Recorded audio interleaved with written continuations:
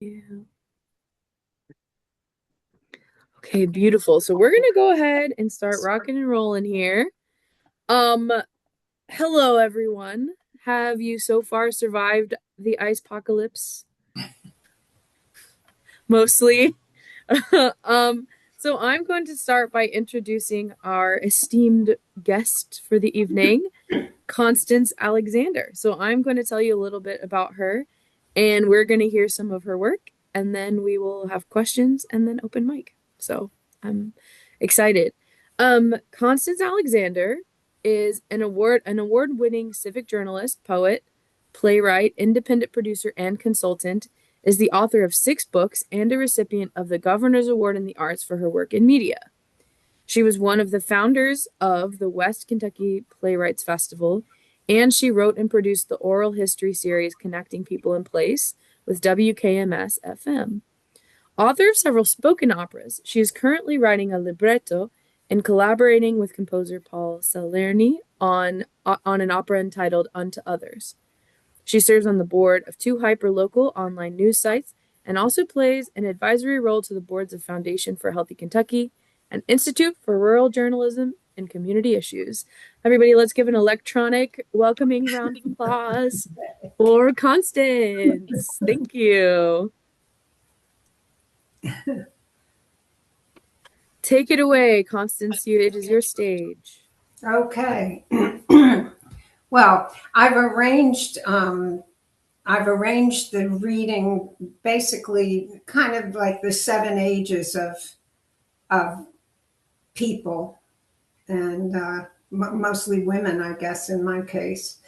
But that's the way I have put things together, and I'm trying to get to my clock here I am so that I'm aware of the time. It's really easy to lose track once I get going. So I'm going to start with this seems like a good poem to start with. It's called Why I Don't Give Readings. So let me take a sip of water here. Why I Don't Give Readings. These poems are my naughty children, throwing tantrums in the shoe store, coaxing nickels from visiting relatives, picking noses while curtsying to strangers, telling little girl lies without blinking, watching little boys pee and wanting to stroke them, scratching the crotch of pink silken panties and then sniffing and licking their fingers. I expected my poems would rhyme at least, or stand in rows, pardon me, or stand in rows of iambs, a pair of rosy couplets, or a quatrain of English beauties. Instead, they pick their scabs, let screen doors slam, run in front of cars, sass the teacher. They are chipped teeth, trailing hems, lost ribbons, runny-nosed ruffians who beat up the boys and then beg them to play doctor behind the garage. They're the sort who get lost in department stores. My face reddens when I hear the description on the loudspeaker. When I retrieve them, they run to me, cling to my skirt. I pick them off like pieces of lint, sweep them back to the car while they weep. You're adopted, I tell them. The gypsies left you. And I describe a slattern in a paisley shawl, lewd even in her stealth, leaving a bundle on the back porch. I'll beat them when I get home, send them to bed without supper, make them kneel in a corner of the kitchen, threaten to send them to a convent. They run to daddy when he comes and go through his pockets again and again, even after they are empty. Sluts, I whisper, they cannot be mine. So that gets us started. And now another poem from the youthful part of our lives. It's called Why I Am Not Miss America. The new Miss America's father is a captain in the U.S. Navy. Her mother conducts seminars on self-esteem and burnout. That's the epigraph for the poem, Why I'm Not Miss America. My mother sleeps in the maid's room, arched on the brow of back staircase. Exquisitely tiny, defiant in the face of the other airier rooms, it teeters with every whim of the old house, as if it might fall like that cradle in a song she used to sing me. A tongue and groove floor stretches between her corner and the master's suite, straight as a bowling alley, equally treacherous. My father breaches the lonely span as if it were mined, wobbling with uncertainty, feeble as a gutter ball. When we have company, I'm a sweet buttered muffin, puckering cutely in smocked dresses. I practice my runway smile and hide the sharp knives while they flirt through a half quart of scotch with hors d'oeuvres. How much more do I need to say? They send me upstairs before brandy. I dream of Atlantic City, a strut in a skin white swimsuit. Sometimes I wake in silence, sometimes to fights, and sometimes to Daddy, thick upon me, humming the Beauty Queen song.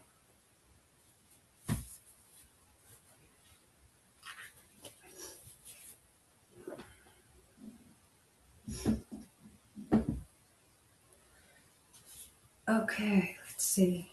This is another part of life, the high school years that most of us experienced and remember with all sorts of different emotions.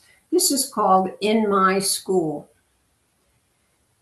In my school, the bad girls carry black pocketbooks they toss in lockers or stuff under bleachers without a thought.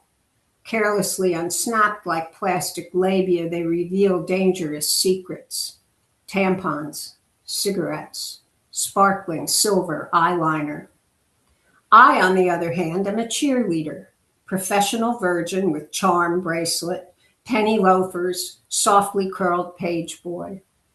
Every Saturday in the fall, I execute effortless cartwheels, exposing a 100% cotton navy blue crotch to crowds of casual purse snatchers.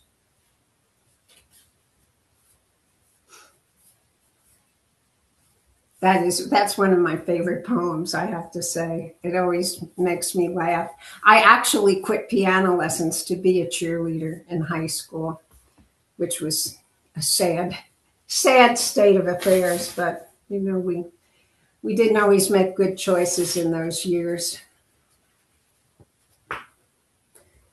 I used to write more poems about figures from literature and mythology, and so this is one of those about uh, fairy tales, a character from fairy tales. It's called Beauty Sleeps. It isn't easy lying here like a buttered muffin. If I move, I'll muss my hair. If I breathe, I'll strain the bodice of my girl-sized isolette. Get up to fetch a blanket and I'll miss the prince, that flaxen-haired boob who wears a cap of darkness to the men's room. I'm waiting for a kiss to rouse me. Somewhere in the castle there's an idle spinning wheel. I long to prick my finger.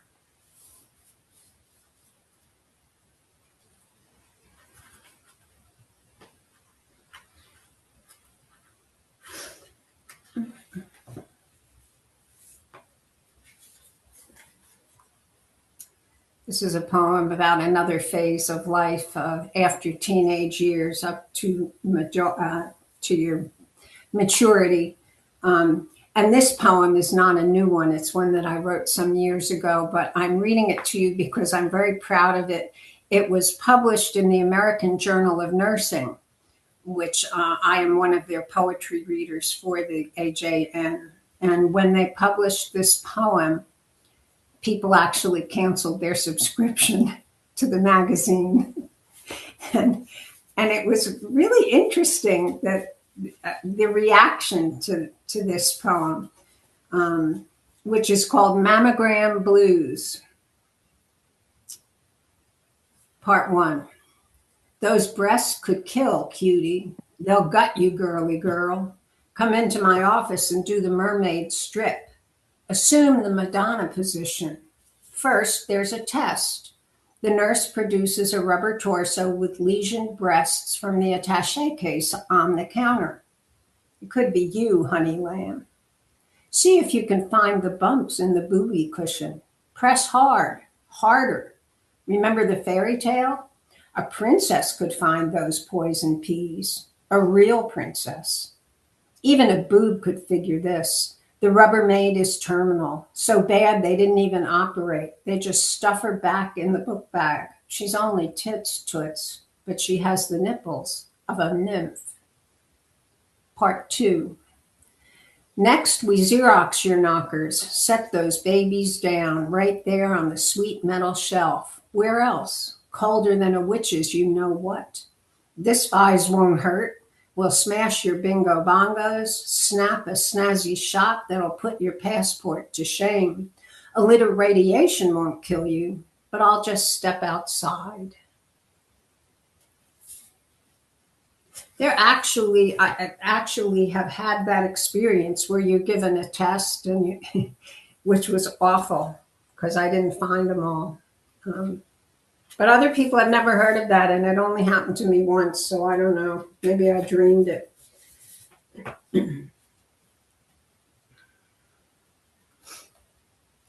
Another phase of our life is when we get married, if we get married or choose a partner. And this poem I wrote on the occasion of my second marriage.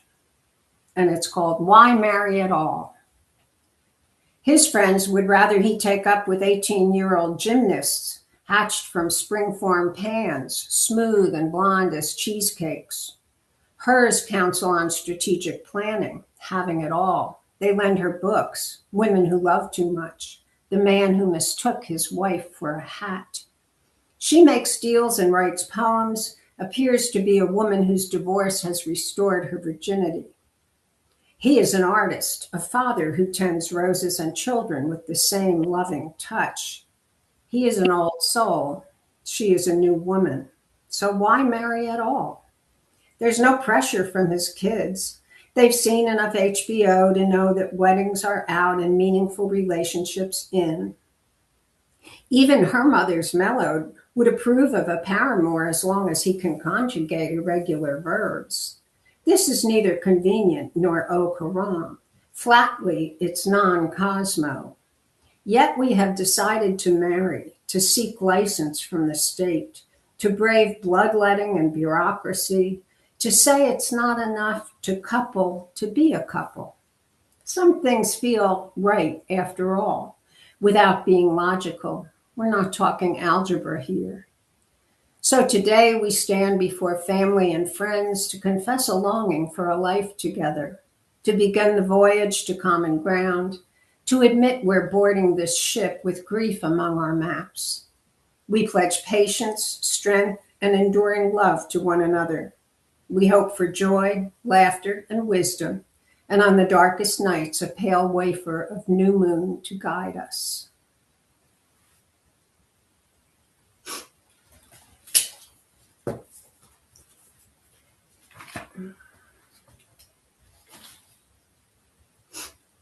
The next section that I'm going to read is based on a series of poems I wrote after doing oral history interviews with people who were children during World War II. And my husband was one of the people. He was old enough to have, he was little, but he remembers World War II, and he had a lot of family letters and things. And then I interviewed people here and put together a collection of poems based on those interviews. And there are actually found objects in this series of poems. I found out so many amazing things about an era that I wasn't alive at that time, so I did not experience. So I'll read a couple of those for you. They were really fun and interesting. And this one is really a found poem. It's a jump rope rhyme, and I've called it Double Dutch. Whistle while you work. Tojo is a jerk. Mussolini pulled his weenie, and now it doesn't work.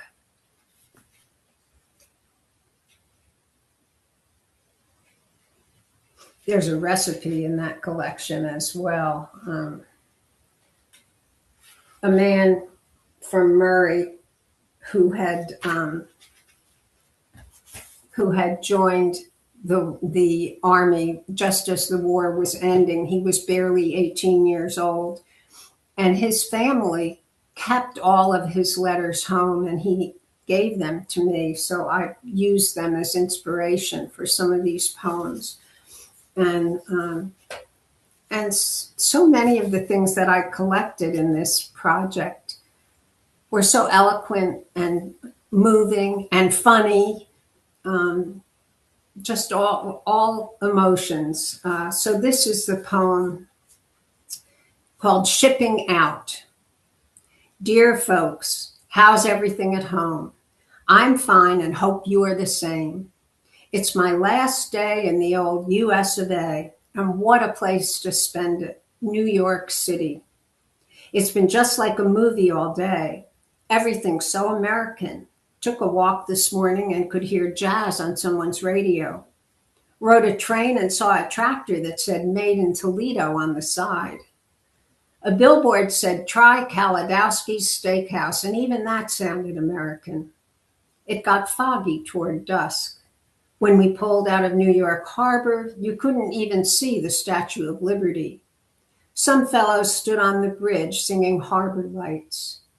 I can tell you I wasn't the only one with a lump in my throat. God keep you till I come back. Love, Johnny.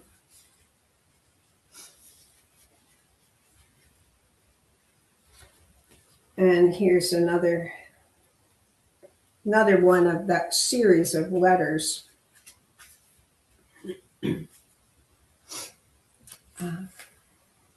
And Johnny was a real person. His name was Johnny Riggle, and he grew up in Louisville.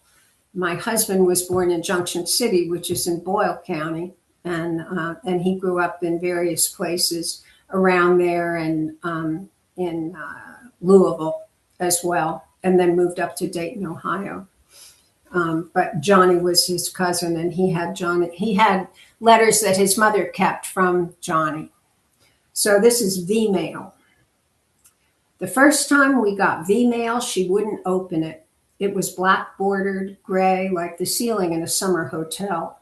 Who could blame her? Dear folks, how's everything at home? Fine, I hope. I am okay. Johnny started every letter the same. Dear folks, how's everything at home? Fine, I hope. I am okay. Just like that, like he was working at a job in a distant city, Pittsburgh maybe, where he carried heavy boxes late at night and made friends with boys from Brooklyn and Wyoming. So long, Johnny, he signed them. In between dear folks and so long were remarks about the weather, the food, how much he missed this or that at home, the lumps in mom's gravy, even taking out the garbage. He joked about the women wherever he went. He's going to get involved, I just know it. Mother said this with raised eyebrows and a sigh, resigned to a girl who chewed gum and showed her underpants when she danced the jitterbug at the USO. These Texas women are really good looking and always wanting you to marry them. That was at Camp Swift. Then he went to Tennessee, Camp Forest. It's way down in the mountains, and those little old mountain gals say, where y'all going? Mother cringed at the thought of a girl hillbilly, us being from Louisville and all. As long as she has all her own teeth and can read, I guess a girl hillbilly will be all right. Again, the raised eyebrows, the sigh. He could have passed English if he only tried. I just know he could. The story about Johnny is that he signed up before he graduated. As soon as he was 18, his mother wanted him to stay in school, but he didn't. So that goes through another era of life. And then, let's see, how am I doing on time? I thought I set my stopwatch, but I didn't, I guess. No, you're doing good. Oh, I think we have time for like a few more, like two or okay. three. Okay. I will, Okay. I'm going to write one that's from, You mentioned in the intro, I'm I'm writing the libretto for an opera, which is a lifelong dream of mine since I have a music background and poetry, and I've just always wanted to write a libretto. And it so happened that this opportunity to collaborate with a composer just happened. It was like a miracle. And I first met him through an acquaintance who suggested that I email him, and I emailed him and told him a little bit about me and what I do. And he said, "Well, send me some of your poetry." And I sent him several poems. And when I went to meet him in person, he invited me into the voice studio and introduced me to the head of the voice program. And then he handed me the score to my poem. I know, that's exactly my reaction. He had put it to music. And he accompanied her and she sang it. And I choked up. I mean, it was just, oh my goodness. So this is the poem. It's hard for you to imagine it put to music, perhaps. But it's called Cauliflower Salad, the Day Mom Died. In between the day's first shot of morphine and the hospice nurse arrival, I spy a cauliflower ripe in the garden, bone white and ready for picking. A bit of heaven crowned in green leaves, it sings Danny Boy with an Irish lilt as bagpipes drone in the distance, the man in tartan just out of sight. I will make salad from this perfect flour, white as a baby's first tooth, low carb and healthy. 6 hard boiled eggs, mash yolks, chop whites, blend mayo, mustard, pickle relish, onions, enough to make you cry. Salt and pepper as you like to taste. Chill 8 hours or overnight, serves many. Smart food, crowd pleaser, keeps 1 day or 2 at most. So that was, thank you. I wish you could. I love telling people the story because everybody reacts the way I did. It's like, oh, he put it to music. Wow. So I'll end with one. I always wish that I so envy Katerina, who speaks multiple languages. I only speak English. And I did take German in high school, but that was a long time ago. And I did do, at the encouragement of a wonderful poetry teacher I did some loose translation. And this is a loose translation of Rainer Maria Rilke's poem, Herbsttag, autumn day. And I've called it Prayer in Autumn. Lord, shadow halves the sundial's smooth face, and sudden breezes startle dew-swept meadows. Of course it's time, but in my soul I wish for summer's grace. I know a word from you can bruise the last fruit on the vine, or grant a stay of execution. A few more sun-sweet days might urge them to perfection, crush the drying husk of August into autumn's heady topaz wine. Another season passed, and once again I grieve. No time to build the cottage of my country dreams. I will winter in the city by myself, wake, read, write long letters to old friends, wander empty streets where trees line up like mercenaries, homeless as the swirling leaves. Thank you, thank you, thank you. What fun. I'd be glad to answer any questions if you have any.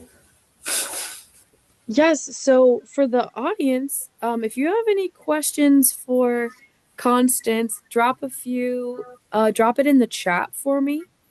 Then I get to be in control and I get to ask the questions. Katerina lets me do this because she knows I like to be the boss, you know. Okay, but I will say I did see in the chat as well, we do have a request for an encore. Is there any any other poems you had planned to read and would like to read before we move to the, that'll give people a second to type their questions. Another one, um, I do like to get people's stories, uh, and because people have so many stories that are amazing. And this was a true story told to me. I've done a lot of writing about end of life issues in the past, probably 10 years, and a lot about Alzheimer's and dementia.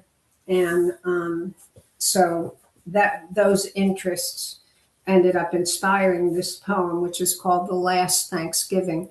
And this was published in the Bellevue Literary Review. And anybody who's writing about anything medical related, the Bellevue Literary Review is an incredible outlet for fine literature, poetry, fiction, and nonfiction. They are associated with Bellevue Hospital in New York, and it is a beautiful literary magazine. Every cover, every issue they do of the magazine has an image, a historic image from Bellevue. So, but this is a story someone told me, and this is a true story called The Last Thanksgiving. The morning she wakes up to the barrel of a gun, she remembers how she ignored signs announcing the bridge she crossed in her daily commute would soon be closed for repair. Then came the day she had to jam on the brakes and hang a 180 so she wouldn't hit the guy with the flag. The support group called it denial. And we're not talking about that river in Africa, someone always said, as if the statement were original instead of a 12-step cliche. The weapon was real and probably loaded. A box of bullets spilled onto the carpet of the bedroom they'd shared for 25 years. It wasn't she he feared, not the she he knew, but the other female who sneaked in the house while he slept and slipped into bed beside him.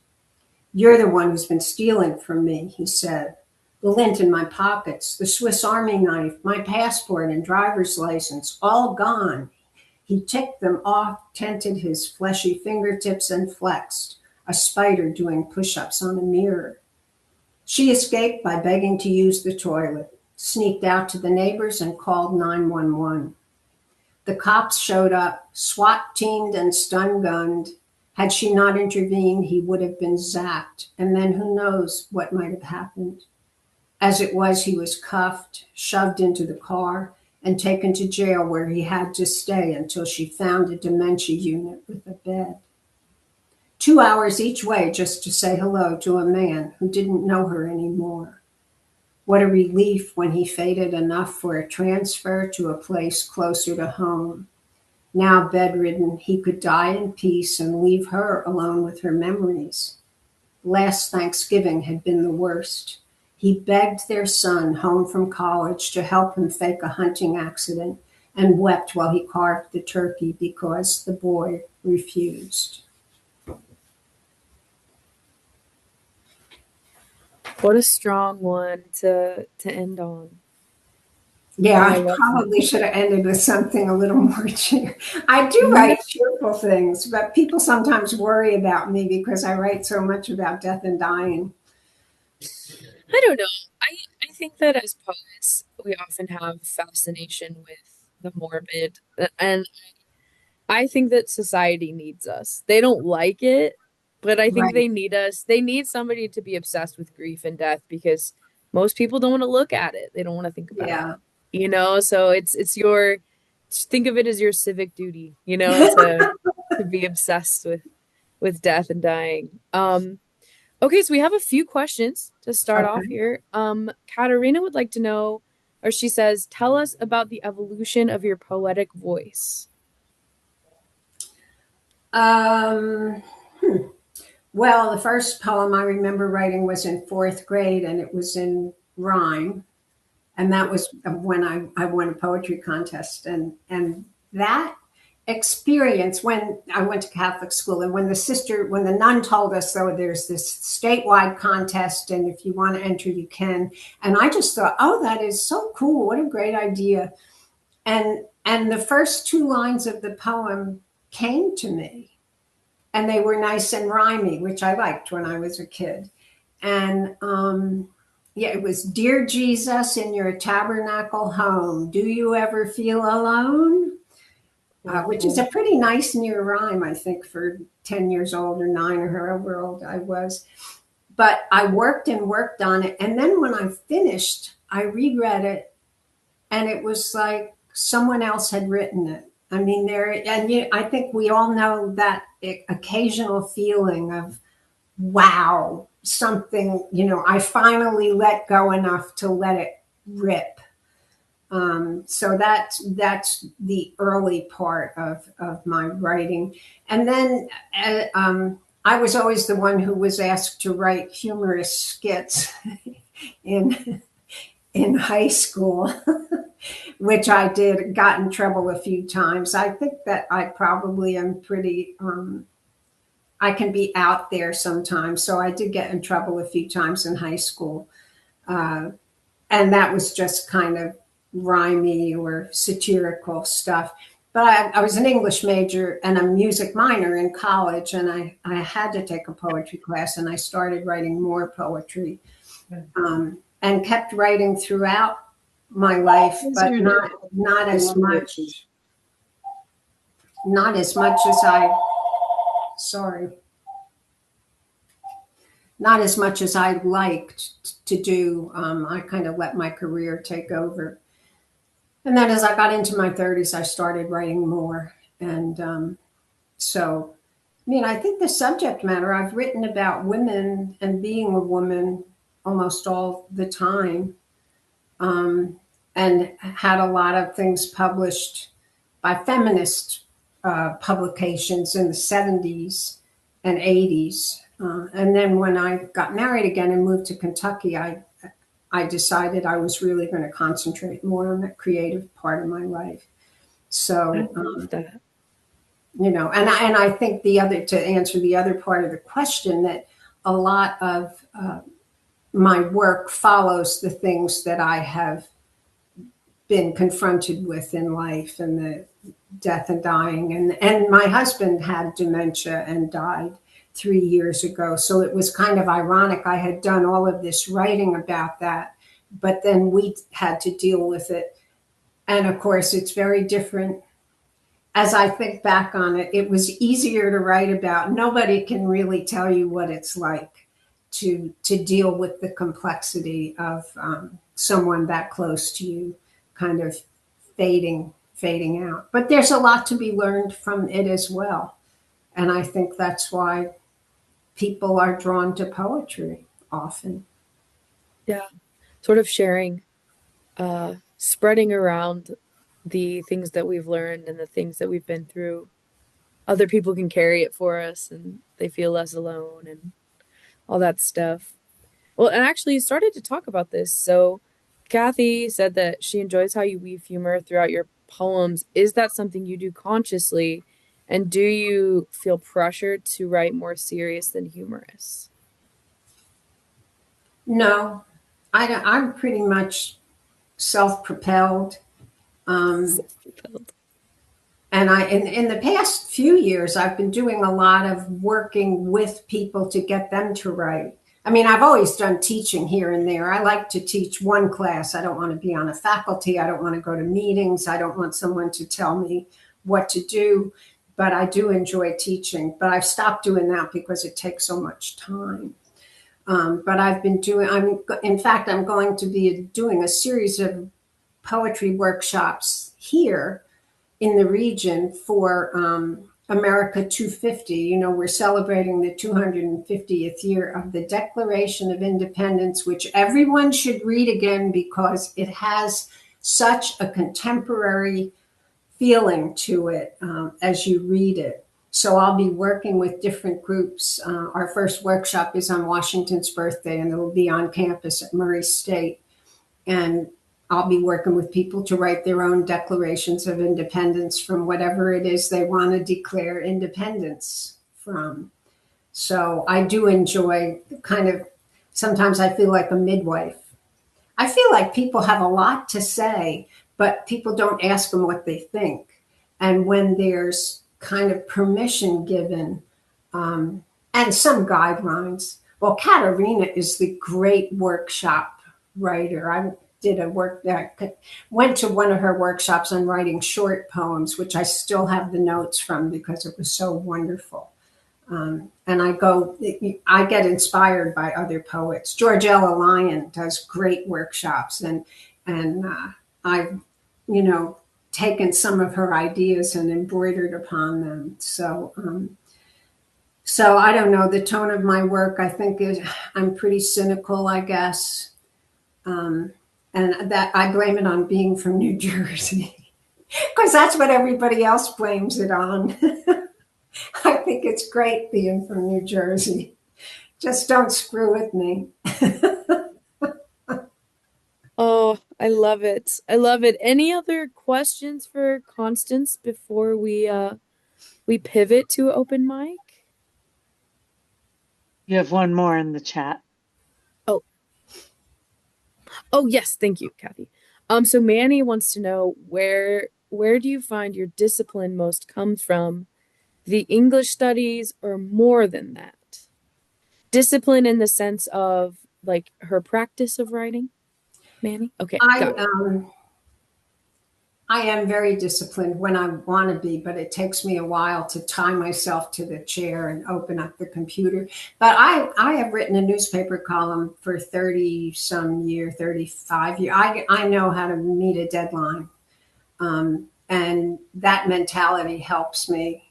It doesn't always produce a great product of a poem, but I'm pretty good at focusing. Once I am paying attention to what I'm writing, I don't hear anybody at the door. I don't hear my phone dinging that somebody messaged me. And I think some of that is age. I am aware of the fact. I used to think I was going to live forever. Now I'm afraid that's going to happen. So, but know that that's not true. So I am quite aware of limited time, and I think that's as a result of having uh, kind of shepherded my husband through his last few years. That you realize that it is just part of life. And older people, of which I am one, uh, they think a lot about death, but they don't often want to say anything about it. So I'm kind of on a mission to get people to figure out how to deal with it or talk about it. So I I hope love that that. answers the question. That's a good mission. Um, oh yes, Katerina.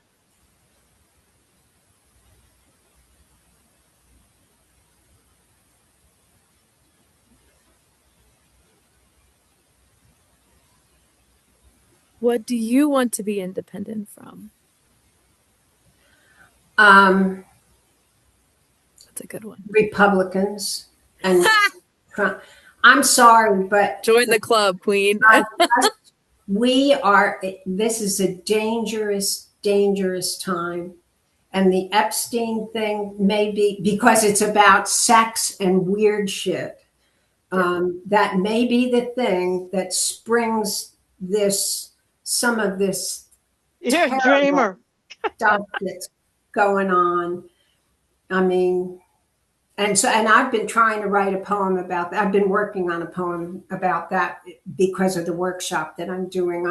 I'm giving the participants in the workshop a structure to follow, and so I'm experimenting with that structure to see how it works, and I'm writing about that. I think we have to write about it. I don't know what else to do. I mean, I can go and march places, but there's not really a place to march right now. And I live in a community where a statue of Robert E. Lee is on the courthouse lawn, and we've tried to get it removed, and that's nothing compared to what we're seeing right now every day. I've been talking to folks a lot lately about how I grew up Christian and a great deal of that I have kind of thrown in the garbage, but there's things that I've kept. And one of the things that sticks with me a lot is that, they use the term the body of Christ, like all parts of the body of Christ have a Yeah, different role. And it's so definitely not the body of Christ, but maybe think of it as like a body of freedom. Like we all have different things that we're doing to fight for collective liberation. And I think that poets and artists and basically, artistic witnesses are crucial in Mhm. we can help people imagine the world that they want. It's sort of, you were saying that people think a lot about death and they don't know how to talk about it. And I think it's the same with what does freedom mean and what does Yeah, generosity and community and all those things. And to be a poet is inherently political most of the time. I think And so. that's why I like poets so much. Like, even if you're not externally appearing political, there is something political about making poems, which I love. Yep. Um, well, can we give an electronic round of applause again for Constance? Thank you. Thank Yes, you for thank listening. you. Thank you for being here with us. And if you would like to read for the open mic, go ahead and just put your name in the chat here, and we will go, first come, first serve. But I will also tell you when it's your turn. Let's do how about everybody do like one or two poems, and then we will wrap up the evening. So let's see.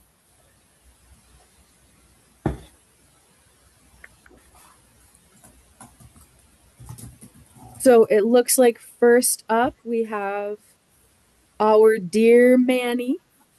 So go ahead and unmute yourself and read us some poems, please. Constance, thank you. I'm going to read two. I wrote one today called Kaleidoscope. Kaleidoscopes require abandon and suspension of disbelief. Within, I see no finger fixed and no wrist to pull the scene around. And these tricks excite me. Leave me quiet, give me pause. It's as if my hands bear the rain, and my parakeets live in this tube like piddling noises in the jungles near Rio de Janeiro. Every night, it's a game of seriousness and gravity, sifting stones with a congregation of Cheshire cats bending light until all expression falls from my face. The world on trial, with your retinal gaze behind each snowflake, and supernovas on a cinema screen, all hedged in by your girlfriend Iris, where we can't deny the color happened. I got one. And I'm picking this one because you mentioned your husband's from Junction City. Um, and it's in this poem. I call it Houses. From Gravel Switch, Kentucky, an elderly friend wrote, "Come home, but come here first." I thought I never left Central Kentucky. Here, modest houses fall apart with the charm Southerners exhibit who had won over in tempted time. It is beautiful as an example because they became deposits for violets and goldenrods, summer drapes of blue moon wisteria and trellises of unkept bougainvillea. The rotten planks held deadly kale greens for years, frozen as a smashed timepiece, water damage up to its spiral stairs, split and curled. 78. Outside a window, a derelict rust bucket VW and a condemned swing set from the 1960s unmoved, and a bloodstained, shipwrecked lazy boy recliner on the guest porch house. Confused, once an atlas, it held the world's problems, now still unoccupied. As a Zen master might have said, this property bore insult like a novice monk. Insults are like proper water to growing trees every day. In the second bedroom on the stairs, I looked out opposite the rusty yard to the road leading to Junction City on 34, and the moon settled me, my place in the world. I can't help but hear someone cleaning a gun on the guest house porch, someone sweeping the kitchen downstairs, her eyes darting out the windows. My heart is broken pieces, scrambling, gathering every one. And if my words run out, something will have died. All that will be left is your footsteps, following on the floorboards, taking their time behind me. Thanks. Thank you, Manny. Oh, wonderful. I love fresh poems, fresh off the presses. Um, let's see. Next we have Kathy.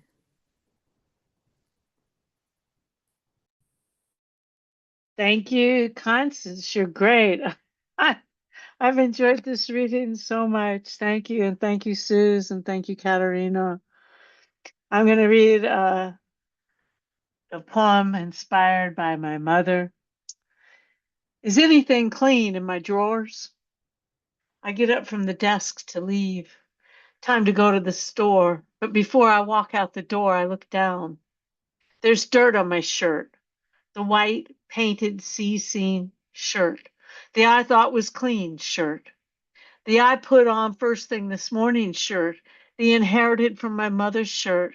The made in Cape Cod, where on earth tag shirt. I take off the dirty shirt, toss it in the laundry basket, glance in the mirror, say, "Good morning, Mother," because I see her when I see me. I put on another shirt, pink shirt, the Mastiff drinking wine design shirt, with wine takes the bitch out of me on the front. There's a teeny hole just below the dog's big head, and ink stains all over the back. The cute shirt is now the someone left a pen in the washer shirt, the holy blue blobbed shirt. I wonder if every shirt is food or ink stained. Do I have to wear a shirt and sweatshirt or a shirt and sweater or a shirt and a coat? After perusing numerous shirts, seeing only unclean clean, I say to hell with it. After all, I'm an artist, and the blob's a Rorschach test. And I'll read one that uh, is fairly new, and it just got picked up by Heinemann for their 2025 Stafford Challenge anthology. And it is hopefully going to be in my next collection of poetry. And it's called Donkey Deity. I've never prayed to an ass, equidae or human, but a horse with a force to push further, faster as a rump to admire, hopefully acquire for an affordable sum to fill the stable with a good running one. And if it's a jackass I've a shine for, let it be know they're the top of the line, protectors, backing up powerful butts, kicking all breeds of coyotes and mutts. But is one an Ono traitor if they worship big asses who lead the masses? My country, 'tis of thee, sweet land of Onolottery.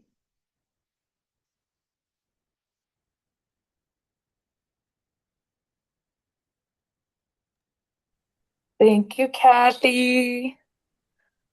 Wonderful as always. Let's see, who's after? I believe next we have Karen George. Okay. This is called the accidental photo. 2 days into the new year, you deliberately oversleep an hour, skip deep water aerobics. In your eyebrow window, a waning crescent moon caught in a shagbark hickory, leaves shorn. The orb hovers above the curve of two central branches raised in praise.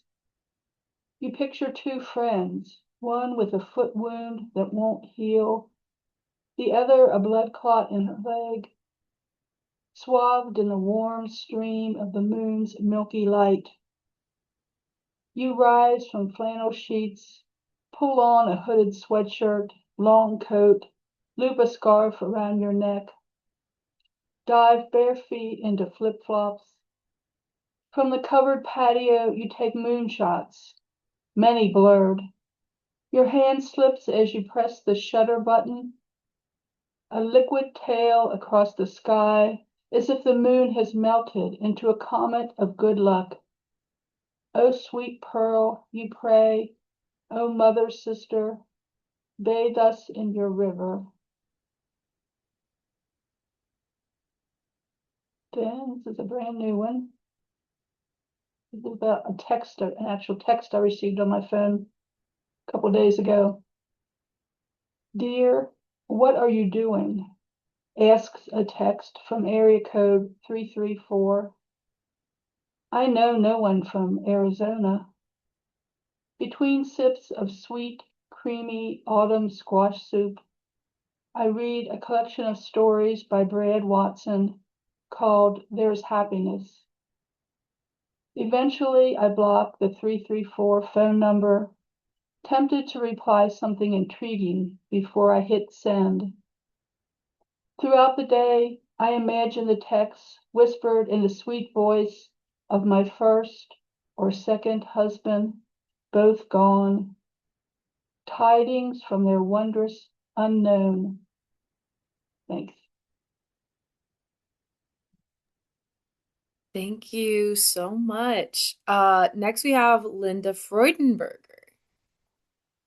Okay, I'm going to share a love poem, and it's written in 6 tankas, and it's called Our Three Loves. Came across a piece online describing the three main loves of our lives. Our very first puppy love usually is not our last. Mine was Mr. Cooter, my 6th grade teacher, with his rusty hair and green piercing eyes, making me feel weak at the knees, flushed on the face. Our second great love is more complex, breaking our hearts, since we are all invested and it hurts when they walk away, stealing our hearts. Henry was mine, who left because I wasn't Jewish, which concerned his parents, who refused to pay for his future medical school dreams. The third and lasting love sneaks up, catching us by surprise, not even searching, providing a safe home that endures the test of time. Jim was mine. One night at the disco, as we swayed to Roberta's song, Killing Me Softly, feeling sparks ignite our lasting love. Okay, thank you. Beautiful. Hi, how you doing? Good. All right, let's see. After Linda Freudenberger, we have Linda Angelo. Now, William, would you like to read some as well? Um, Or no, are you I'm just not going to read. listening? I'm just listening in. Thank you. Okay, perfect, perfect. Okay, so Linda Angelo, come on Is down. my speaker working? Is my voice Yes, yeah, good? we can hear you. Okay. I'll read two. This is called Suspension. I'll change my glasses here. Pause in the week-long pounding rain. Sunlight sweeps through a break in the sky. Instant frenzy of birds. Cardinals, male and female, swoop in pursuit. Squawking blue jays clear branches for themselves. How do you do this? She asks. Preserve your lust for bird life while hiding out from the storm. And you, they ask, eyeing her wrapped up on the couch. When do you fly? When do you dance? How do you find love from within your refuge? She embraces the questions themselves as Rilke has instructed, while flight and dance and lust mark time. That's that one. So here's something I didn't plan to read. I got disconnected. Was it just me that got disconnected in the middle of Constance thing? So I didn't get to hear the poems about later life and death. I'll have to listen to the recording. But since you invited poems about death, here's one I wrote recently. It's called, hold on, it's called Slow Race to the Finish. She says she envisions the entrance scattered along some ragged starting line a mile long. Who knows when her body parts heard on your mark or when the gun cracked go? Birth or some mysterious cellular shift in her 50s, drift in her 60s. She imagines each having left its starting gate, narrowed bile ducts, scarred kidneys, overworked pancreas, calcified blood vessels, shrinking synapses, progressing in steady pace till they converge at the vanishing point. Poof. And here she springs her hands open, fingers spread in surrender. Thank you, Linda. Thank you so much. Beautiful. I believe next we will have Katarina. Thank you. It's so wonderful to hear everybody's work. I have a new series of poems. I'm so excited that I have new series of poems because I thought that I hadn't written anything for 3 years and turned out that actually I have. So, and my poet friends, I wrote a poem about arts administrators, and my poet friends liked it so much and suggested that I write a series of them. Actually, that was fairly easy to follow up on that. Not all of them worked, but I'm going to read you two short ones. The arts administrator is afraid to quit her job. It feels warm and toxic, as if she's entered a pool of tepid water. There, she swims in her lane, constant motion back and forth, the noise inside her sounding like drowning. She is doing something good for herself by working there, yes? It feels as though she's walked into a bowl of soup and she's being stirred with onions and chopped chicken, sausage, and celery. It is indeed seasoned to taste, but not hers.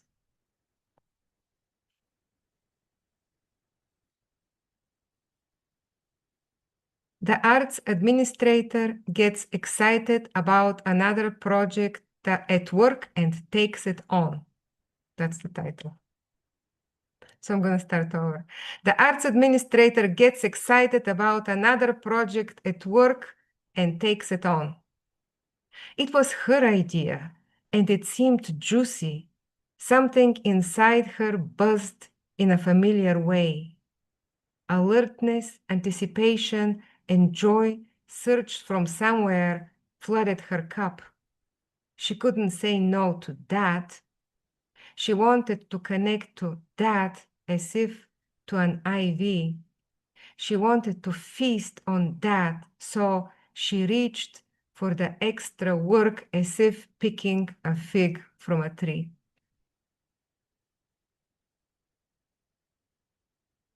Thanks. Thank you, Katarina. Wonderful. Let's see. So next we have Linda Meg. We have three Lindas tonight. It's a Linda party. Three Lindas and two Linda Fs, by Exactly. the way. Okay, this first one I'm going to read was published last year in the River and South Review. And it was the first poem I had published in many years. I'll just put it that way. I had kind of put all that aside. And when I picked it back up, I started trying again. And lo and behold, it happened. So it's called How to Survive a Breakup. Hang out in the grocery store, frozen section, between Haagen-Dazs and the store brand. Buy 6 pints of dulce de leche. Visit the animal shelter just to look. Adopt a Great Dane. Name him Percival von Affeldoon. Drive to a nearby bodega and buy a burner phone. Make a prank call to the local pub. Drive by said pub. Don't go in. Donate your pajamas and handbags to a battered women's shelter. Sleep in the guest room with Percy. Venture to the kitchen for a cup of water. Pour a shot of tequila instead. Make a batch of blondies to eat with ice cream. Organize your silverware drawer and throw away the plastic cutlery. Take out the trash.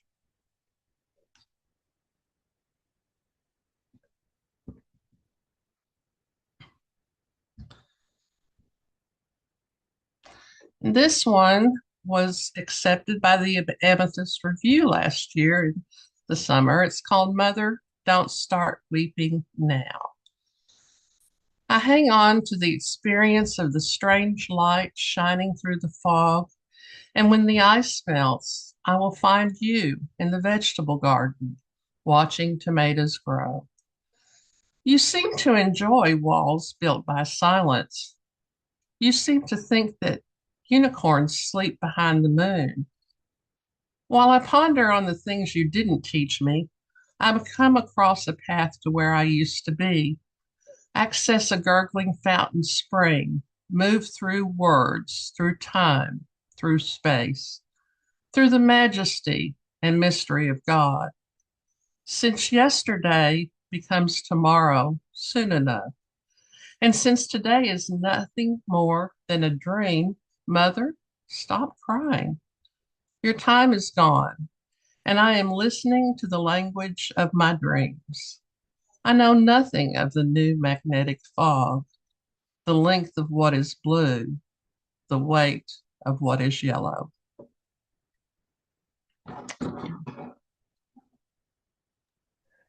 Clap, claps, claps. Thank you, Linda. Our final Linda of the evening, but not our final reader. We have Sandra up next. Okay. This is a short poem I wrote in 2019. Let's see. Where to listen. In the breeze of the trees, in the chirp of the birds, in the hum of the bees, in the chatter of the squirrels, in the tall mountains grasping, in the woman's sad sobs long, in the old man's rasping, in the butterfly's song, in the dove's coos at day's start, in the symphony at eve's twilight, in the quiet of your heart, in the peaceful rest at night. That's all. Thank you so much. Thank you, thank you. I'm actually going to read 2 quick ones. And then we'll have our open mic last call. So this first poem is called East Side of Eden. Turns out it requires 2 cubic yards of soil to make heaven. A raised bed of enormous bok choy, kale, and collards that open like spiraling green mouths. Native pollinators smell sweet and herbal. The scent of honeysuckle wafts through the windows on the cool Detroit air as I rest my body beside my friend. We fall asleep 3 nights in a row talking about the roads we've trod together, about the days when we held each other together at the seams. And 3 mornings in a row we wake up to sit on the stoop of the Garden of Eden on the east side of Detroit in June. We smack our freshly plucked mint and lemon balm before they are torn and sprinkled into the peaches and watermelon and blueberries. This is love, we smile and say, almost disbelieving. This is love.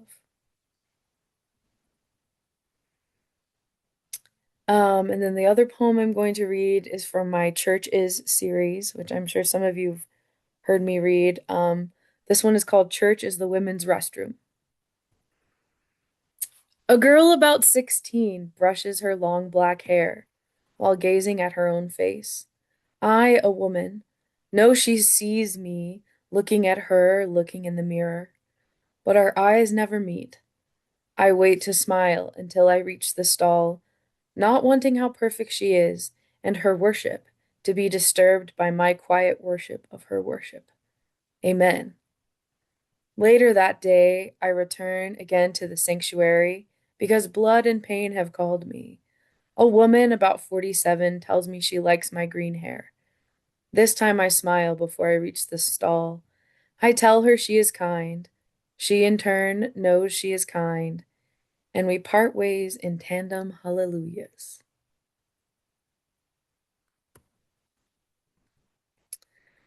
Okay, so it's about 7:40-ish.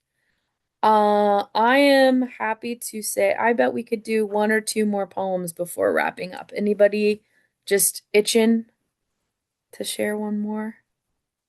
Manny, go ahead, dear. Suze, thank you for those poems, and Constance, I loved your work. This one's called Tucson. When you're hard and cracked like blackland prairie dirt, your life is comfortable in a Texas hurricane. Like a beagle kicked in the head will play for a day, then hide for dozens more. Or a pellucid icy shimmer on a black synthetic lake with trees so arthritic beneath the cracks they cannot free you. I've never seen you in your springtime, crying at the falling of the leaves. You know your wine is cheap, costly, and over odds, my friend. Do you know how noisy my car engine is? I've not had oil in ages, or haunted dealers for a fix. It's like holding a lit match pretending the burning doesn't hurt. Go about the nightly streets stone-faced. How do you muster Beethoven's composure to write an aria you will never hear? Does the iron-black murcielago, the blind vampiric rodent squeaking sonar, lament her soft, intractable blindness as she harvests food from the trees? You're better primed to know what kindness is, because since your husband and children left you, every friend is a new hatched home. The artist without brushes sees brilliance in scintillating night skies by day. Christmas is always coming. Your winter never leaves.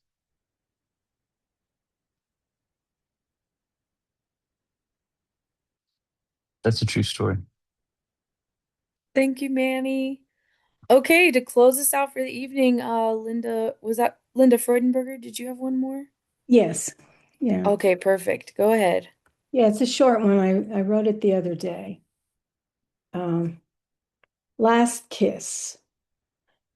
I gently kissed his forehead, promising to see him in the morning, unaware that would be our final kiss. He slipped away in that hospital bed, surprising the staff, the oncologist, and most of all me. Thank you. Wow.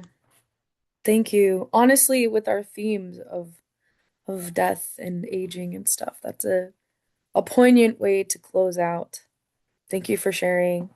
Thank you all so much for being here. And so let's do another round of applause for Constance and for our open mic readers. And we will see you all next month. Thank you, Suze, also. Thank you. Yeah, thank you, It was Suze, my very honor, much. my honor. You were great. We'll see you This Such was guys great later. great. Thank Thank you, honor. you. Constance. See This you was great. Thank you, soon. Constance. It was a